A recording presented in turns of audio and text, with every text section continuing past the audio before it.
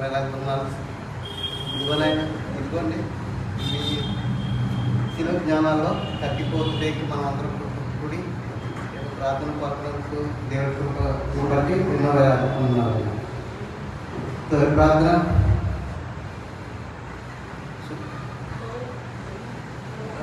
Miss జయ గారు ప్రార్థన చేయాలని కోరుకుంటున్నాను.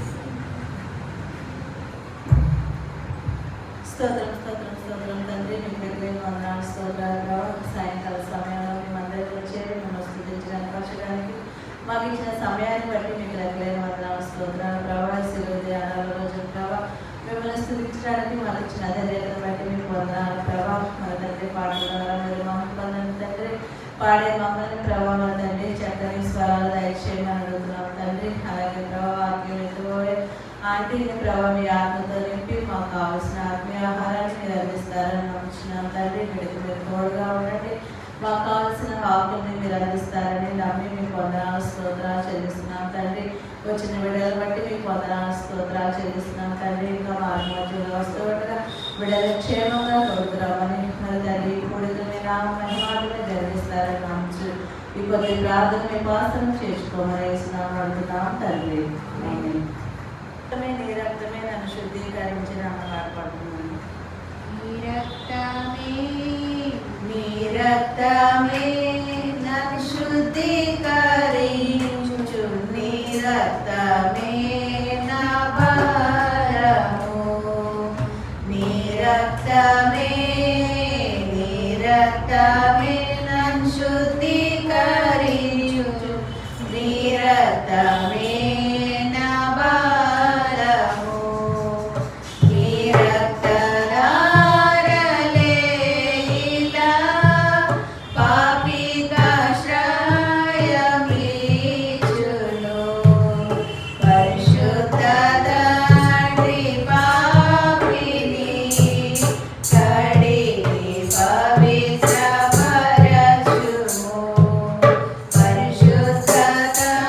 Hari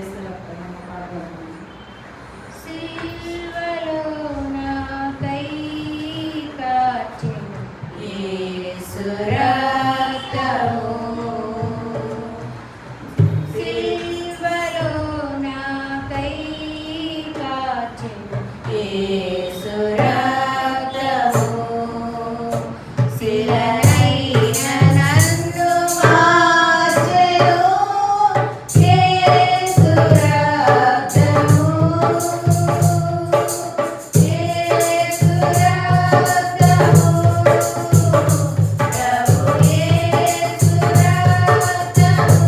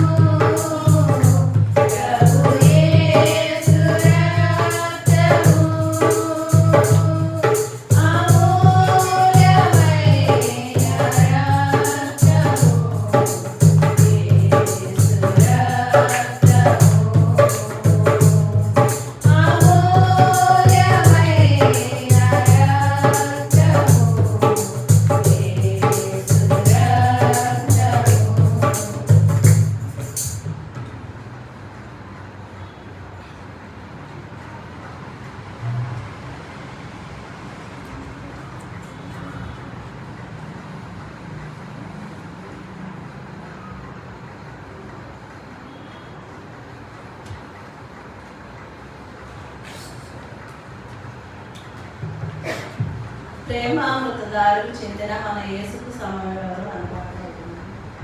ప్రేమామృతదారలు చిందిన మన యేసుకు సమమెవరు?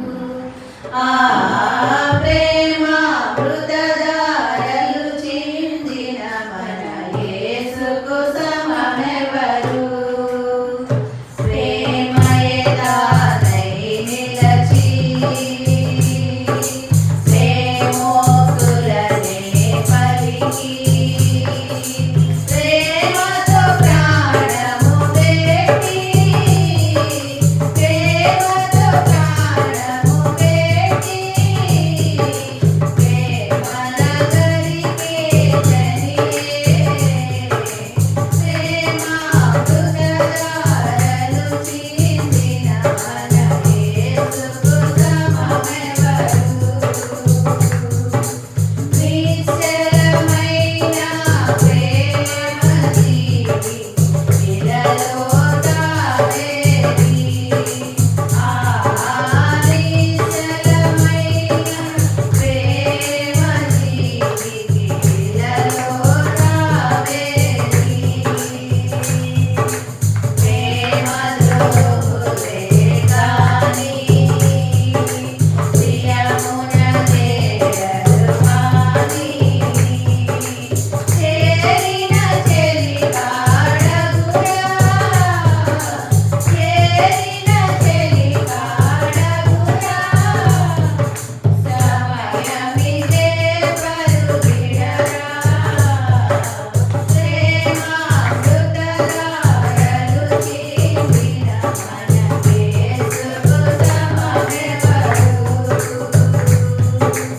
ఎంత ఘోర పాపాత్ములనైనా ప్రేమించెనురారా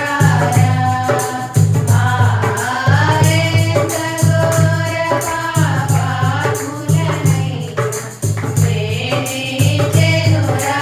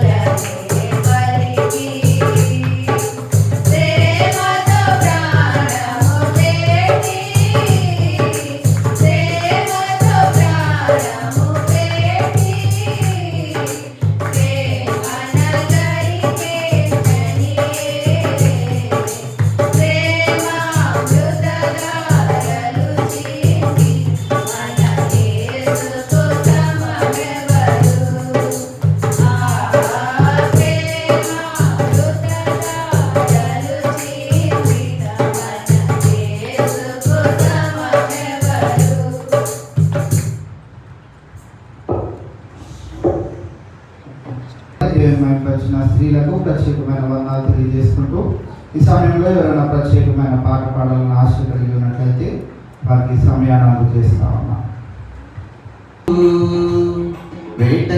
ఊరిలో నుండి వేటగాని ఊరిలో నుండి నా ప్రాణాన్ని రక్షించావు బలమైన రెక్కల మీద నాకు ఆశ్రయమిచ్చావు తేనే లేదయా వేరే ఆధారం నా దుర్గమా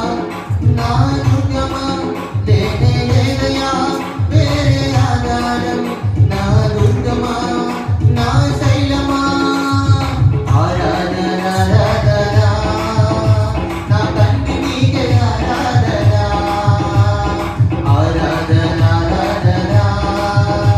నా యేసు నీకే ఆరాధన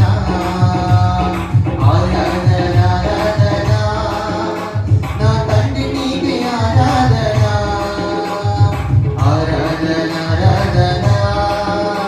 నా యేసు నీకే ఆరాధన వేటగాని ఊళ్ళో నుండి నా ప్రాణాన్ని రక్షించవు బలమైన రెక్కల కింద నాకు ఆశ్రయమిచ్చావు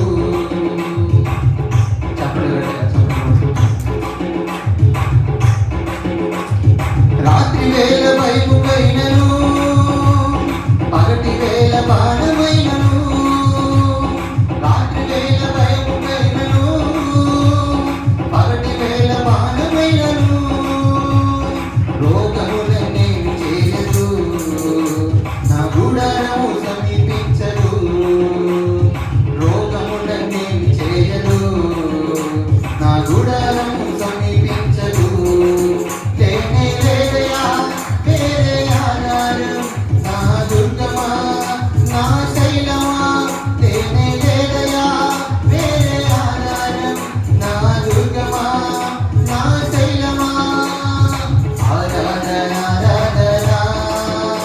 నా తండ్రి నీకే ఆరాధన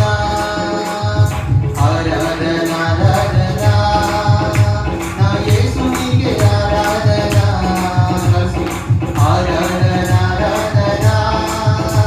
నా తండ్రి నీకే ఆరాధన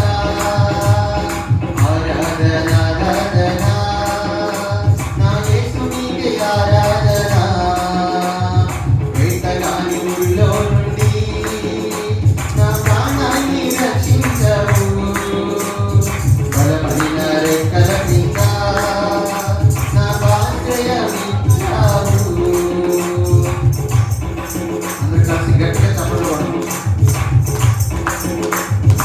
ఇంకా పెద్దగా 1000 మంది పడిపోయినా 10,000 మంది కూలిపోయినా 1000 మంది పడిపోయినా 10,000 మంది కూలిపోయినా అపాయముగా నేరాలు నా గుడారము సమీపించదు అపాయముగా నేరాలు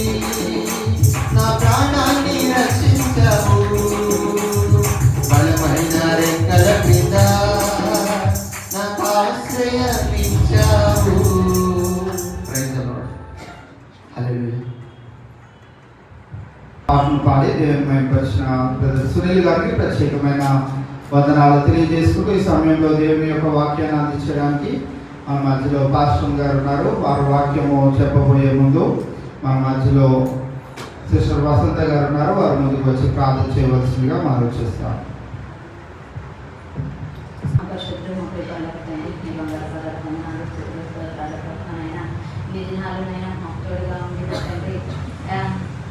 మీరు మంచి పదుకున్నట్టు నీకు వాళ్ళని ఆచరించుకుంటున్నారు ప్రభు ఆయన.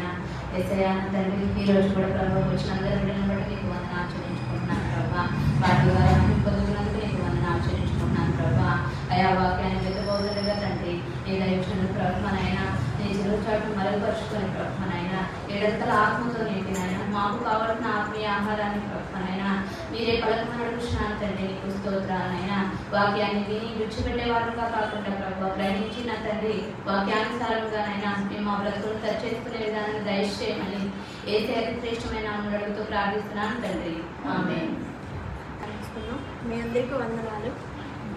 నా కోసం ప్రార్థన చేయండి.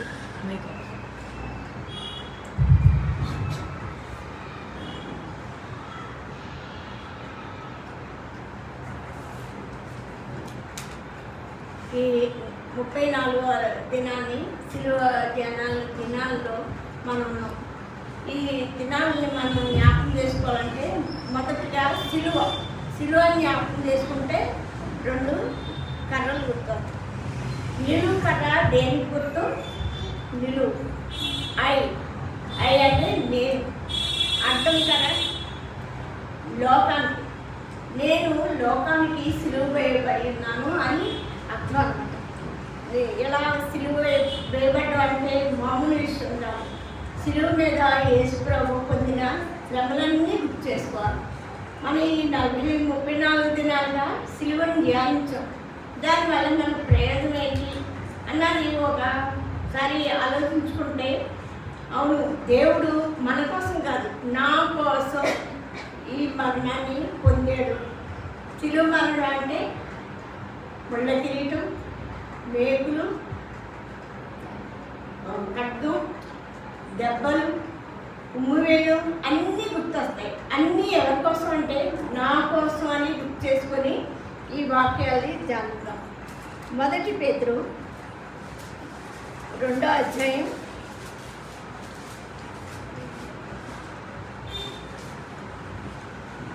18 నుంచి 25 వరకు చదవండి.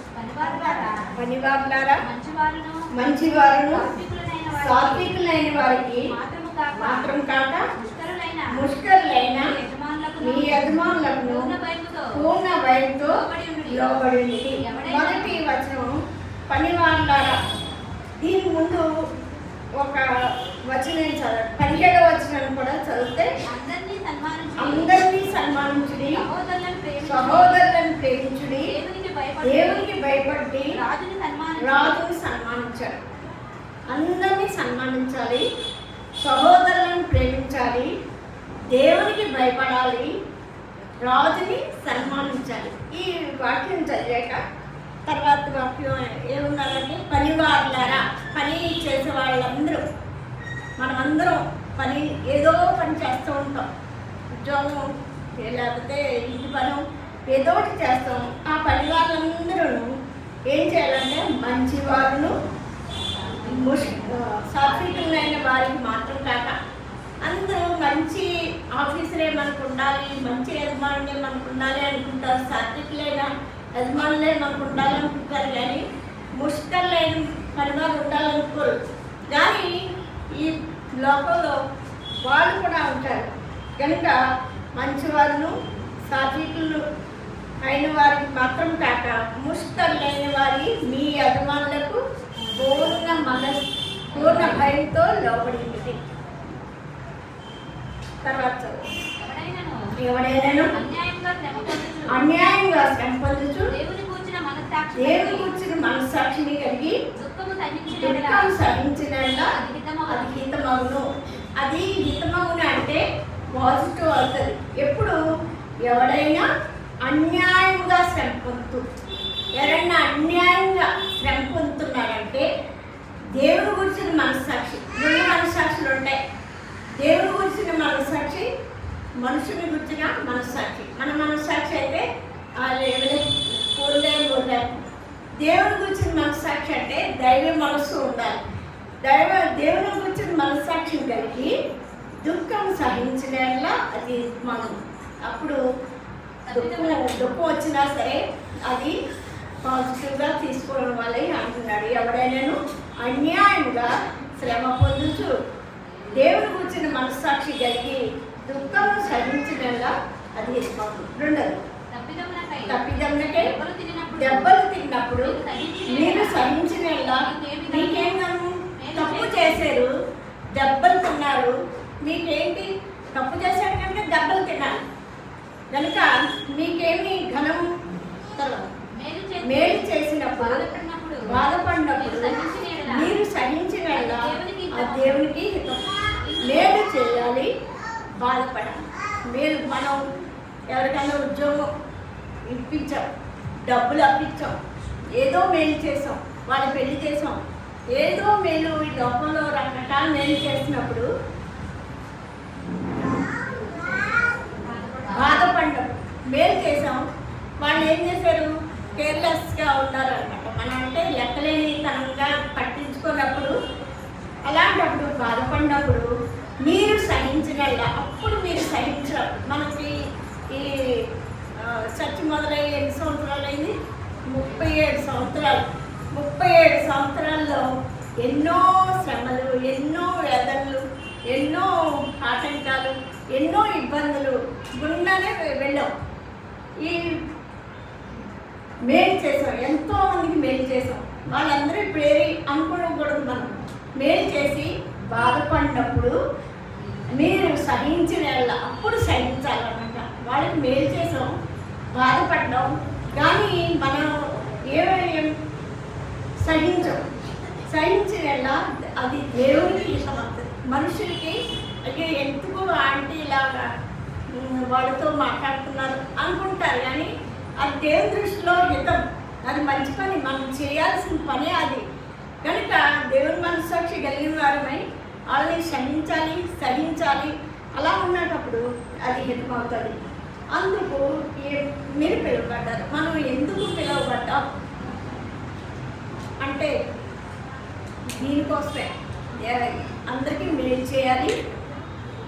వాళ్ళు లెక్క చేయకపోతే కూడా మనం బాధ అనిపిస్తుంది. మనుషులు కనుక అయ్యో మేలు చేసాం కానీ వాళ్ళు మనం లెక్క చేయలేదని బాధపడతాం. కానీ మనం సహించినప్పుడు అది దేవునికి హితమవుతుంది. అందుకే మీరు పిలువబడితే మనం ఎందుకు పిలువబడ్డాం అంటే దేవుని బిడ్డలుగా అందుకే పిలువబడ్డాం. అన్నీ సహించాలి, జయించాలి, అన్నీ భరించాలి. కనుక అందుకే పిలువబడ్డాం అనేసి మనం ఎల్లప్పుడూ గుర్తు చేసుకునేటప్పుడు ఈ 40 రోజులే కాదు, జీవితాంతం కూడా మనకి అందరికీ మేలు చేద్దాం. ఈ వాడికి బాధ పెట్టినా సరే సహిద్దాం అనుకున్నప్పుడు దేవుడు దాన్ని అందుకే మనం పిలిచాడు అని అర్థమవుతుంది. తర్వాత 27 క్రీస్తు కూడా మీ కొరకు బాధపడి మీరు తన అడుగుజాడేందు నడుచుకున్నట్లు మీకు మాదిరి ఆయను. క్రీస్తు కూడా అంటే మనం ఇది చేయమన్నాడు, క్రీస్తుని పోలి నడుచుకోమన్నాడు. పౌలు కూడా అన్నాడు, నేను క్రీస్తుని పోలి నడుచుకున్నట్టే మీరు నన్ను పోలి నడుచుకున్నాను. అలాగే క్రీస్తు కూడా రోల్ మోడల్గా ఉన్నాడు మనకు. ఎవరిని మనుషులు చూడకూడదు, ఎవరి మనుషులు చూడకూడదు. క్రీస్తు మనల్ని రక్షించాడు కనుక, క్రీస్తు మన కోసం చనిపోయాడు కనుక, ఆయన ప్రాణం పెట్టిన రీతిని బట్టి క్రీస్తు మీ కొరకు బాధపడి మీరు తన అడుగుజాడలను నడుచుకున్నట్టు మీకు మాదిరి ఉంచుతాడు. దేవుడు క్రీస్తుని మనం రోల్ మోడల్గా చేసుకున్నప్పుడు మనం అందరినీ క్షమిస్తాం. అందరినీ బాధ కలిగిన దాన్ని సహించే ఓపిక దేవుడే ఇస్తాడు. తర్వాత ఆయన పాపం చేయలేదు, ఆయన నోటను ఏ కపటము కనిపించలేదు. దేవుడు ఏ పాపం చేయలేదు, కానీ నిందలు పడ్డాడు, అవమానించబడ్డాడు. ఎందుకు? నీ కోసం, నా కోసం దేవుడు పడిన శ్రమంతటిని గుర్తు చేసుకొని దేవుడు ఏ పాపం చేయలేదు, ఆయన నోట ఏ కపటము లేదు. తర్వాత ఆయన దూషింపబడి బదులు దూషింపలేదు. ఆయన దూషించబడ్డాడు. ఈ ఎలా అంటే సిలువ వేయబడినప్పుడు రెండవ దొంగ నువ్వే రక్షించుకో, నన్ను కూడా రక్షించు అని ఎన్నో మార్లు ఎంతోమంది దూషించారు. సిలువ మీద కూడా యేసు ప్రభు మొదటి మాట్లాడిన మాట ఏంటంటే, మీరే తండ్రి మీరేమి చేస్తున్నారో వీరికి ఎదురు కనుక వీరిని క్షమించమన్నారు. అలాంటి దోషులు ఎన్నో పడ్డాపడికి ఆయన బదులు ఏమన్నాడు, క్షమించడే తప్పితే దూషించలేదు. ఆయన శ్రమ పెట్టబడి బెదిరింపక న్యాయంగా తీర్చి దేవునికి తను తాను అప్పగించాడు. ఎవరు తీర్పు తీస్తారంటే మనం మనిషిలో తీర్పు తీర్చాడు తను, కానీ దేవుడు న్యాయాధిపతి. న్యాయంగా తీర్పు తీర్చే దేవునికి తను తాను అర్పించుకున్నాడు. ఎలా అర్పించుకున్నాడంటే మన చెడు తలంపులను బట్టి ముళ్ళ కిరీటం పెట్టారు, మన చెడు చేతలను బట్టి చేతుల్లో మేకులు, చెడు నడతలను బట్టి కాళ్ళలో మేకులు, మన హృదయ ఆలోచనలు దుష్ట ఆలోచనలను బట్టి హృదయంలో బల్యములు దుర్బడి కనుక దేవుడిని తను తాను అర్పించుకొని మనకి పాపం నుంచి విడుదలను దయచేసిన దేవాదేవునికి మనం ఎల్లప్పుడూ కృతజ్ఞతలు పెట్టుకుంటాం. ఈ 40 దినాల్లో 34 దినాలు వాక్యం విన్నాం. ఏం మార్పు ఉండాలి మనలో? తగ్గించుకునే మార్పు ఉండాలి. దేవుడు మనసాక్షి కలిగిన వారే అన్నిటినీ సహించి భరించే శక్తిని పొందుకునే వాళ్ళని ఉండాలి. తర్వాత చదువు. మనం పాపముల విషయమై చనిపోయి నీతి విషయమై జీవించినట్లు ఆయన తానే శరీరమందు మన పాపములను వారి మీద మోసుకెళ్ళాను. దేవుడు ఏం చేశాడంటే మన పాపముల విషయమై మనం చాలా పాపలు మాట ద్వారా, చూపు ద్వారా, ప్రార్థన ద్వారా ఏదేదో పాపం చేస్తుంటాం. మనందరం పాపాలు చేసి ఆ విషయమై చనిపోయాం. ఒక బాప్తిస్మం తీసుకున్నామంటే మనం చనిపోయినట్టు. మళ్ళీ తిరిగి నీతిమంతులుగా తీర్చండి. ఎప్పుడైనా బాప్తిస్మం తీసుకున్న మనం ఏమైనా అనుకోవాలంటే నేను దేవుని బిడ్డను, దేవుని చిత్తానుసారం, దేవుని మహిమార్థం నేను జీవించాలి అన్న మనస్సాక్షి మన ప్రతి ఒక్కొక్కరికి ఉండాలి. ఇది అందరూ గ్రూప్తో చేసేది కాదు, వ్యక్తిగతమైన రక్షణ. యేసు ప్రభు నా కోసం చనిపోయాడు కనుక నేను నా పాపం విషయమై చనిపోయి నీతి విషయమై జీవించినట్టు. నీతి మంత్రం ఒక్కడూ లేదన్నారు, కానీ మనం ప్రయత్నిస్తే నీతిగా జీవించగలం, నీతిగా మాట్లాడగలం, నీతిగా ప్రవర్తించగలం, నీతిగా ప్రతి పని చేయగలం. కానీ మనం చేయాలి అని సంకల్పం పెట్టుకున్నట్టయితే మనం చేయగలం. నీతిగా మనం నీతిగా విషయమై జీవించినట్లు ఆయన తను తానే తన శరీరమందు మన పాపములను మ్రాను మీద వేసుకున్నాడు. మ్రాన్ని చెక్క శిలువ మీద యేసు ప్రభు మరణించు మనం చూస్తాం. ఆయన పొందిన గాయాల చేత మీరు స్వస్థత పొందారు. ఆయన పొందిన పంచగాయాలు, పంచఖండాలు. మనకి ఎన్ని ఖండాలు ఉన్నాయి? 5 ఖండాలు ఉన్నాయి. 5 ఖండాల కోసం ఆయన చనిపోయాడు. సర్వ మానవాళితో ఆయన చనిపోయిందంటే దేవుణ్ణి మనం మనసారా స్తుతించి గణపరచాలి. మనం పొందిన దెబ్బల చేత మనకి స్వస్థత. ఎప్పుడు జ్వరం వస్తుందో, ఎప్పుడు దెబ్బ వస్తుందో, ఎప్పుడు నీరసం అవుతుందో, నాకు ఎన్నెన్నో బలహీనతలు వచ్చినాయి.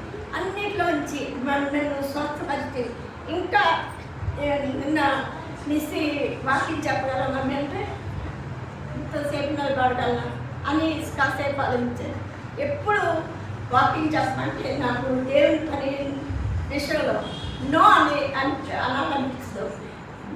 శక్తిని, బలాన్ని, నిలబడే కృపని ముందే చాలు అని కూడా ప్రార్థన చేసుకుంటూ నన్ను సాయంత్రం నుంచి ప్రార్థన చేసుకుని ఏ వాక్యం అన్నీ ఆలోచించుకుంటూ ఇది మిస్సి ఎప్పుడు చెప్పే మాట్లాడి ఈ వాక్యమే చెప్పి ముగిద్దాం అనుకున్నా. అలాగే నీవు ఆయన పొందిన గాయం చేత మనకు స్వస్థత. దేవుని వాక్యం ఎప్పుడు చదువుకున్నా సరే నాకు కలిగిన స్వస్థతని దేవుడు గాయం పొందాడు అని ఎంతో సంతోషిస్తాడు. ఇప్పుడు నా వయసు 66, 26వ సంవత్సరాలు అంటే 66 అంటే మరణానికి దగ్గర పడుతున్నాను అనమాట. 60 సంవత్సరాలే అసలు 70 సంవత్సరాలు అంటాను కానీ ఇంకా 70కి దగ్గర పడుతున్నాను. ఇంకా నా జీవితం ఎప్పుడంత అవుతుందో తెలియదు కానీ దేవుడు కృపలో ప్రతి ఒక్కొక్కరు దేవుని మనస్సాక్షి కలిగిన వారే జీవించాలని వాక్యం చెప్తున్నాను. లాస్ట్ వాక్యం మీరు గొర్రెల వలె దారి తప్పింది కానీ ఇప్పుడు మీ ఆత్మల కాపరి అధ్యక్షుడైన ఆయన వైపు మళ్ళీ ఉన్నారు. మనకి ఎవరు కాపరి అంటే ఆత్మల కాపరి. ఎవరి ఆత్మకు వాళ్ళకి కాపరి ఉంటారు. ఎవరి మనస్సాక్షి ఎవరి ఆత్మకు వాళ్ళకే తెలుస్తుంది, ఇతరులకు తెలియదు. కానీ ఆత్మల కాపరి ఒకడున్నాడు. ఆయన ప్రధాన కాపరి కనుక ఆయన గొర్రెల వల్ల మనం తప్పిపోయినా సరే మనల్ని తప్పి తిరిగేది ఉండలేడు. కానీ మనల్ని ఆయన సంరక్షించి ఆయన గొర్రెలను అంటే ఎలాగా జాగ్రత్తగా చూస్తాడో అలాగే మనల్ని కూడా జాగ్రత్తగా చూసే గొప్ప దేవుడు మనకున్నాడు. యెషయా గ్రంథం 23:5 మన అతిక్రమలను బట్టి అతను గాయపరచబడెను, మన దోషములను బట్టి నలుగగొట్టబడెను, మన సమాధానార్థం శిక్ష అతని మీద పడెను, అతడు పొందిన దెబ్బల చేత మనకు స్వస్థత. మనకి ఏ బలహీనత వచ్చినా స్వస్థత ఎప్పుడు కలుగుతుందనుకోవాలంటే ఆయన దెబ్బల ద్వారా మనకు స్వస్థత. యేసయ్య నా కోసం దెబ్బలు పొందాడు, నాకు స్వస్థత ఇచ్చాడు, నాకు ఆరోగ్యం ఇచ్చాడు అని మనం ఎల్లప్పుడూ దేవుని స్తుతించాలి. కీర్తనలు 100 కీర్తన 3వ వచనం. యెహోవాయే దేవుడని తెలుసుకోండి, ఆయనే మనల్ని పుట్టించారు, మనము ఆయన వారము, మనము ఆయన ప్రజలు, ఆయన మేపు గొర్రెలు. మనం అందరూ ఎవరు అంటే గొర్రెలు, దేవుని పిల్లలు, దేవుని మనుషులు, దేవునికి వారసులు కనుక మన ఎల్లప్పుడూ దేవుని స్తుతిస్తూ గణపరుస్తూ ఉండాలి. ఆయన మేపే గొర్రెలు రోజు మనం దిన అవసరాలు తీరుస్తూ మనల్ని గొర్రెల వలె మేపుతున్న గొప్ప దేవుని మనం స్తుతించాలి. యెషయా 53:6 మనమందరము గొర్రెల వలె త్రోవ తప్పి మనలో ప్రతి వాడును తనకిష్టమైన త్రోవను తొలగెను. యెహోవా మనందరి దోషములను అతని మీద మోపెను. దేవుడు మనం గొర్రెల వలె తప్పి తిరుగుతున్నా సరే ఆయన కాపరి మనల్ని ఆయన సంరక్షణలో ఉంచి ఆయన సన్నిధిలో మనల్ని చేకూర్చిన దేవాదేవునికి వందనాలు స్తోత్రాలు చెల్లించాలి.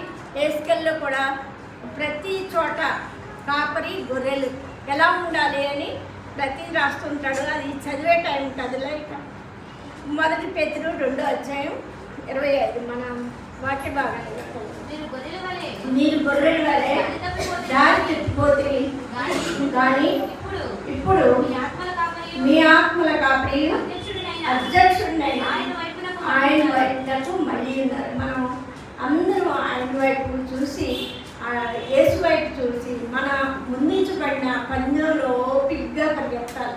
ఓపిక చాలా అవసరం దీనికి. ఈ అటు ఇటు చూస్తుంటే ఎన్నో ఇబ్బందులు, ఇరుకులు, మనుషులు, రకరకాల పరిస్థితులు కనిపిస్తూ ఉంటాయి. కానీ మనం యేసు వైపు చూస్తూ మన ముందుంచబడిన పందెంలో ఓపికగా పరిగెత్తాలి. లూకా సువార్త 15:3-7 లూకా 15. అందుకైన ఉపమానం చెప్పాడు, మీలో ఏ మనుషునికైనా 100 గొర్రెలు కలిగిన వాటిలో ఒక తప్పిపోయిన అతడు 99 గొర్రెలను అడవిలో విడిచిపెట్టి దొరికి వరకు దాని దాని వెనక వెళ్ళడా వెనక వెళ్ళడా దొరికినప్పుడు అది దొరికినప్పుడు సంతోషంతో సంతోషంతో దానిని దానిని తన భుజముల మీద వేసుకొని వేసుకొని వచ్చి ఇంటికి వచ్చి స్నేహితులను తన స్నేహితులను పొరుగువారిని పొరుగు వారిని పిలిచి మీరు నాతో కూడా సంతోషించింది తప్పిపోయిన నా గొర్రె దొరికినదని వారితో చెప్పారు. అలా తప్పిపోయిన గొర్రెలు మన సంఘంలో ఎవరు తప్పిపోతున్నారు కాపరి పని ఏంటి? వాళ్ళందరినీ సంరక్షించి వాళ్ళందరినీ చేకూర్చడమే కాపరి పని. ఎవరు తప్పుకోవడానికి వీల్లేదు. అలా చేయడం వలన పరలోకంలో సంతోషం ఇరువురు వారికి చెప్పుకుంటే వాళ్ళకి సంతోషం, అందరూ సంతోషిస్తారు. కానీ అందుకే తప్పిపోయిన గొర్రెను వెతికి రక్షించే బాధ్యత మనది. యోహాను 10:11 నేను గొర్రెలకు మంచి కాపరి గొర్రెల కొరకు తన ప్రాణం పెట్టు. గొర్రెల కాపరి పని ఏంటి? తన ప్రాణం పోయినా సరే ఆ గొర్రెని రక్షించాలని, ఆ గొర్రెలు నా స్వరం వింటాయి, వాటిని సంరక్షించాలని ఎలా తాపత్రయపడతాడో అలాగే మన గొర్రెల కాపరి మన స్వరం మళ్ళీ చదువు. నేను గొర్రెలకు మంచి కాపరి అంటున్నాడు దేవుడు. మంచి కాపరి తన గొర్రెల కొరకు ప్రాణం పెట్టే మనం యేసయ్య ఎంత మంచివాడంటే గొర్రెల కొరకు మన కొరకు ప్రాణం పెట్టాడు. ఆ యేసయ్యను మనం మనసారా స్తుతించి గణపరుద్దాం. ఒక స్టోరీ చెప్పి ముగిస్తాను. నాకు టీచర్ కనుక స్టోరీస్ అన్నమాట. ఇద్దరు స్నేహితులు ఉన్నారు. మనందరికీ ప్రతి వారికి శోధనలు, వేదనలు, సమస్యలు, అనారోగ్య పరిస్థితులు అందరూ ఎదుర్కొంటాం. ఎవరు సమస్యలు లేని వాళ్ళు ఉన్నారా అంటే లేరు అంటారు. ముందు స్థితిలో దానికి ఫస్ట్, నేను సెకండ్ అనుకుంటాం. మేము ఎప్పుడు అనుకుంటాం ఇవి మనం భరించాలి, సహించాలి అని ఎప్పుడు ఒకళ్ళు ఊహించుకుంటూ ఉంటాం, మాట్లాడుకుంటూ ఉంటాం. కనుక ప్రతి మనిషికి శోధన, భారం, బాధ్యత, అనారోగ్య పరిస్థితులు అన్నీ ఉంటాయి. ఇద్దరు స్నేహితులు సిలువుతో పోలుస్తాడు. శ్రమ అన్నది సిలువుతో. ఇక్కడ సిలువు ఉంది కదా, నిలువు కర్ర, అడ్డుకర్ర. నిలువుది పొడవు ఉంటుంది. అలా ఉన్నప్పుడు ఇద్దరికి శోధన లేదు. ఇద్దరికి ఆ శోధన సిలువు భారాన్ని మోస్తూ ఇద్దరు ప్రయాణిస్తున్నారు. మన దేవుడు ఎలా అంటాడు? కృపా కనికరము కలిగిన దేవుడు, జాలి గల తండ్రి, ప్రేమ కలిగిన దేవుడు కనుక మన కష్టాల నుంచి విడుదల దయచేస్తాడు. ఇద్దరు ప్రయాణం వెళ్తూ ఉంటే ఒక అతనికి చాలా బాగా అనిపిస్తుంది సిలువు మొయ్యడు. ఈ మొయ్యలేకపోతున్నాను ప్రభా, నాకు నా అనారోగ్య పరిస్థితి నుంచి విడిపించు, నా ఆర్థిక పరిస్థితి నుంచి విడిపించు, నా సమస్యల నుంచి విడిపించు అని ఒక్కొక్కటి చెప్తూ ఉంటే ఆ కర్రని కోసుకుంటూ వెళ్ళిపోతుంటాడు. సమస్య తగ్గుతుంది కానీ పొట్టిగా అయిపోతుంది సిలువ. అలా వెళ్తూ ఉంటాడు. అప్పుడు ఒక పెద్ద కాలువ అడ్డొస్తుంది. అడ్డొచ్చినప్పుడు ఈ భారంగా సిలువుని మోసుకున్న అతను ఆ సిలువుని అడ్డంగా వేసి కాలువ దాటేస్తాడు. ఈ పొట్టి సిలువు ఉన్న అతను ప్రయాణం చేయలేకపోతే అక్కడంతో ముగించుకుంటాడు. అలాగే మనం శ్రమలు వచ్చిన, శోధనలు వచ్చిన, అనారోగ్య పరిస్థితి వచ్చిన దేవుడు నన్ను పరీక్షిస్తున్నాడు అని ఒక్కసారి అనుకుంటే మన శ్రమలన్నీ తీసేది దేవుడే. దేవుడే మన పక్షాల నుండి వాదిస్తాడు. దేవుడే నెమ్మది ఇస్తాడు. అలాంటి గొప్ప దేవుడిని మనం ఉన్నాం కనుక మనం సంతోషించాలి, ఘనపరచాలి దేవుడిని. ఈ సిలువ 34వ రోజున దేవుడు మనతో మాట్లాడుతున్నది ఏంటంటే దేవుడు గొప్ప దేవుడు, ఆత్మల కాపరి, మన సంరక్షకుడు, గొప్ప దేవుడు. మన కోసం ప్రాణం పెట్టి యేసయ్యను మనసారా స్తుతించి నా కోసం యేసయ్య ఈ సిలువ మరణాన్ని పొందాడు. ఇంకా నేను ఆయన గాయాలు రేపే దానిలో ఉండకుండా నేను మంచి మనస్సాక్షి కలిగి యథార్థంగా నీతిగా జీవించాలి అన్న దృఢ సంకల్పంతో ఉండి మనందరం ఆయన్ని మహిమపరుద్దాం. దేవుడి వాక్యాన్ని గురించుకుందాం.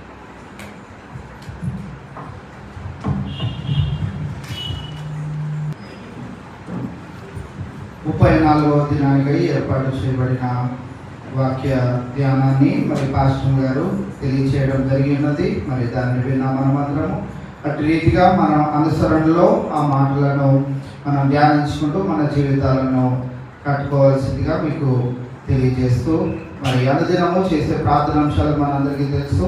మరి ఆ ప్రార్థనాంశాల గురించి కూడా మనము చివరి ప్రార్థన చేసుకొని ఇక ఈ యొక్క కుడిదను మనం ముగించుకుందాం. మమ్మల్ని ఆత్మికులుగా ప్రేమించిన మా యేసు రాజా, మీ ఘనమైన శ్రేష్టమైన ఉన్నతమైన నామమునకి వందనాలు స్తోత్రం దేవా. ఇది ఈ పరిశుద్ధ మరి యొక్క ప్రభావం మరి యొక్క శిలువ ధ్యానపు కూడికలో ప్రభావం మేమందరము మరి ప్రభాని సన్నిధానంలోనికి చేరి 34వ దినంలోనికి ప్రభా మమ్మల్ని సజ్జరీతిలో మీరు ప్రవేశింపజేసిన విధానాన్ని బట్టి నీకే వందనాలు స్తోత్రం ప్రభా. ఈ ప్రత్యేకమైన సమయంలో పాఠం ద్వారా నేను మహిమ పొందుతున్నావు, అందరిని బట్టి నీకే వందనాలు స్తోత్రం ప్రభా. నీ వాక్కులను విత్తడానికి మీ సేవకురాలను ప్రభా నిలబెట్టుకున్న విధానాన్ని బట్టి నీకే వందనాలు స్తోత్రం ప్రభా. మా జీవితాలను ఏ రీతిగా మేము ప్రభా నీకు ఇష్టపూర్వకమైనవిగా కట్టుకోవాలో మీరు మాకు తెలియజేసిన ప్రతి ఒక్క మాటను బట్టి నీకే వందనాలు స్తోత్రం ప్రభా.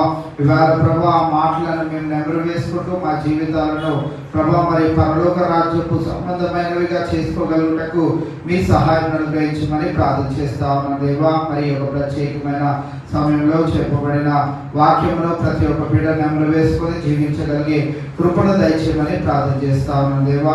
మరి అనారోగ్య పరిస్థితుల్లో ఉన్న బిడ్డలను కూడా జ్ఞాపకం చేసుకోండి. విజయలక్ష్మి గారు ప్రభా మరి నువ్వు చేసిన యొక్క ట్రీట్మెంట్ అంతట్లో నీకే ప్రభా మరి వందనాలు స్తోత్రం ప్రభా. సంపూర్ణమైనటువంటి స్వస్థత దయచేసి వారిని మందిరానికి ఇష్ట దినాన్ని రావాలని ఆశ కలిగి ఉన్నట్టుగా వారిని మరి నీవు నడిపించిన విధానాన్ని బట్టి నీకే వందనాలు స్తోత్రం ప్రభా. అలాగే సంతోష గారు మరి హాస్పిటల్ అడ్మిట్ అయి ట్రీట్మెంట్ పొందుకుంటూ ఉండగా మీ సన్నిధిని తోడుగా ఉంచండి. సంపూర్ణమైనటువంటి స్వస్థత విడుదల వారికి కూడా దయచేయమని ప్రార్థన చేస్తాను దేవా. పాస్టర్ కిషోర్ గారిని కూడా మీరు జ్ఞాపకం చేసుకోండి. వారు హార్ట్ ప్రాబ్లంతో బాధపడుచు ఉండగా వారికి కూడా సంపూర్ణ స్వస్థత దయచేయమని ప్రార్థన చేస్తా ఉన్నాం దేవా. 7 నెలల బాబు కిడ్నీ ప్రాబ్లంతో బాధపడుచుండగా ఆ బిడ్డకు కూడా సంపూర్ణమైనటువంటి విడుదలను దయచేయమని ప్రార్థన చేస్తాం దేవా. మంచి ఆరోగ్యంతో బిడ్డ ఎదిగి వర్ధిల్లి మరి తల్లిదండ్రులకు సంఘానికి సమాజానికి ఉపయోగకరమైనటువంటి బిడ్డగా ఎదిగి తన అవయవాన్ని ప్రభా తిరిగి సమకూర్చుకున్నట్లు మీ సహాయం అనుగ్రహించమని ప్రార్థన చేస్తాను దేవా. అలాగే మా అత్తగారు ప్రేమ కుమారి గారిని కూడా మీరు ఇస్తున్న స్వస్థతను బట్టి నీకే వందనాలు స్తోత్రం ప్రభా. ఈ దినాన వారి గృహంలో కూడా కుడుకని ఏర్పాటు చేసుకుని ఉండగా ప్రభా అది నీ మహిమార్థమే జరపబడిందని మేము విశ్వసిస్తున్నాం. అందుని బట్టి నీకే వందనాలు స్తోత్రం ప్రభా. వారి కుటుంబంలో చాలా దేవుడుగా ఉంటూ చేసిన ప్రతి ఒక్క మేలు ఉపకారాలను బట్టి కూడా నీకే వందనాలు స్తోత్రం ప్రభా. అదే విధముగా ప్రభా మరి సిబిఎస్ఈ ఎగ్జామ్ రాసిన బిడ్డలను ఆరోన్ పాల్ని అలాగే జస్వంత్ని కూడా మీరు జ్ఞాపకం చేసుకొని వారికి మంచి రిజల్ట్ దయచేయమని ప్రార్థన చేస్తామని దేవా.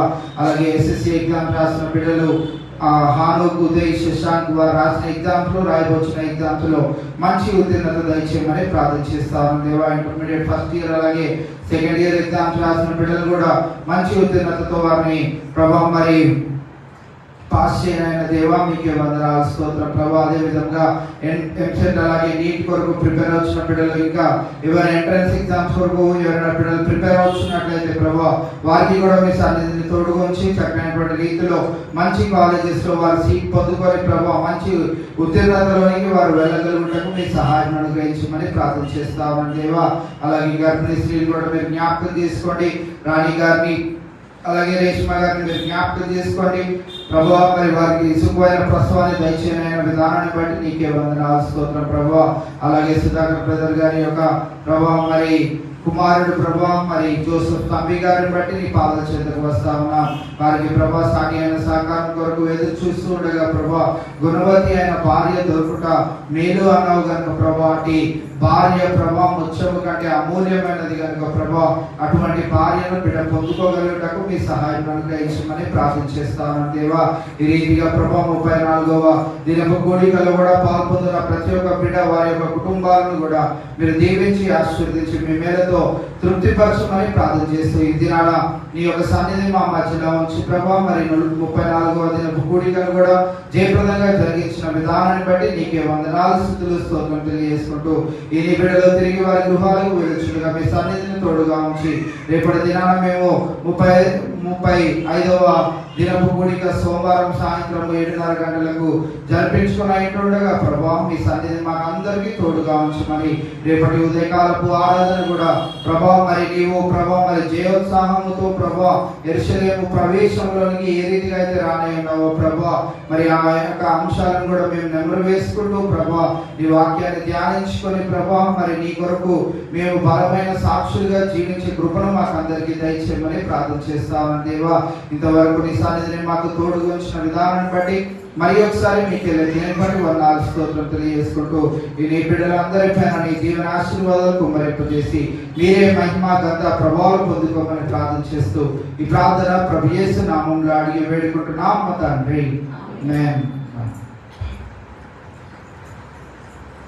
రేపటి దినాన ఉదయకాలము 10 గంటలకు ఆరాధన ప్రారంభించబడుతుంది కనుక దయచేసి అందరూ గమనించుకొని ఆరాధనకు రావాల్సిందిగా మీకు మనవి చేస్తాను. ఎవరికైనా సమయం ఉన్నట్లయితే రేపటి ఆరాధన కొరకై మరి చర్చ్ని సిద్ధపరచవలసిందిగా కూడా మిమ్మల్ని కోరుకుంటూ మళ్ళీ తిరిగి సోమవారము సాయంత్రము 7:30 గంటలకు 35వ దినపు కూడిక ఆ యొక్క వారం అంతటిని పరిశుద్ధ వారముగా మనము మరి సార్వత్రిక సంఘము కూడా భావిస్తూ ఉంటుంది కనుక మరి ఆ యొక్క వారంలో కూడా మీరు ఎవ్వరు దేవుని మందిరాన్ని మిస్ కాకుండా ప్రతిదినం దేవుని మందిరానికి వద్దాం. అద్భుతమైనటువంటి పాటలు దేవుని మాటల ద్వారా మనము బలపరచబడి మరి ఈ యొక్క 40 దినాల ఈ యొక్క కూడికలను మన జీవితాలలో ఆశీర్వాదదాయకముగా దేవుడు మలుచున్నట్లు ఈ కూడికలను మనము ఉపయోగించుకుందాం. అటు కృప దేవుడు ఇది నా చేసిన మీ అందరికీ సమృద్ధిగా దయచేయను గాక. God bless you all. ఈ కూడిక ఎంతతో ముగిసిందని కూడా తెలియజేస్తాను. Thank you.